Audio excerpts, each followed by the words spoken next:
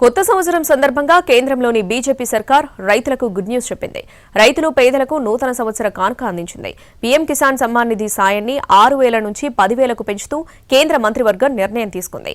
దేశవ్యాప్తంగా పేదలకు 2 కోట్ల ఇళ్ల నిర్మాణానికి సర్వే చేయనుంది.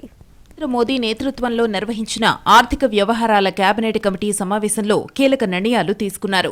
అన్నదాతలు పేదలకు శుభవార్త చెప్పారు. ప్రధానమంత్రి కిసాన్ సమ్మాన్ నిధి కింద అన్నదాతలకు అందిస్తున్న పెట్టుబడి సాయాన్ని పెంచుతూ నిర్ణయం తీసుకున్నారు. 2019 నుంచి కేంద్ర ప్రభుత్వం ఏటా రైతులకు 6,000 రూపాయల పెట్టుబడి సాయాన్ని అందిస్తోంది.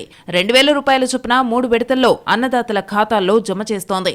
ఈ మొత్తాన్ని ఇక నుంచి 10,000కు పెంచుతున్నట్టు ప్రకటించింది. పంటల బీమా పథకం, ప్రధానమంత్రి ఫసల్ బీమా యోజనను మరింతగా మెరుగుపరచాలని నిర్ణయించింది.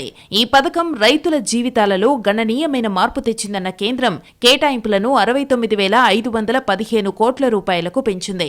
ప్రధానమంత్రి కిసాన్ సమ్మాన్ పథకం కింద ఇప్పటివరకు 18 వాయిదాలను రైతుల ఖాతాల్లో జమ చేసింది కేంద్రం. వచ్చే నెలలో 19వ విడత నిధులను వేయనుంది.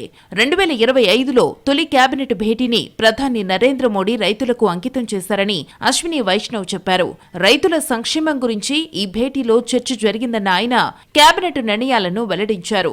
మరోవైపు ఫండ్ ఫర్ ఇన్నోవేషన్ అండ్ టెక్నాలజీకి 800 కోట్లను కేటాయిస్తూ ఆమోదం తెలిపింది.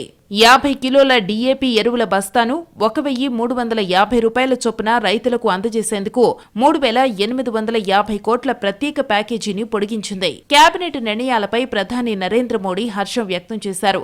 రైతుల సంక్షేమానికి ప్రభుత్వం పూర్తిగా కట్టుబడి ఉందన్న ఆయన దేశానికి అన్నం పెట్టేందుకు శ్రమించే రైతులు గర్వకారణమన్నారు. మొదటి కేబినెట్ భేటీని రైతుల శ్రేయస్సు కోసం అంకితం చేశామన్న ఆయన అన్నదాతల విషయంలో పలు కీలక నిర్ణయాలు తీసుకున్నందుకు ఆనందంగా ఉందన్నారు.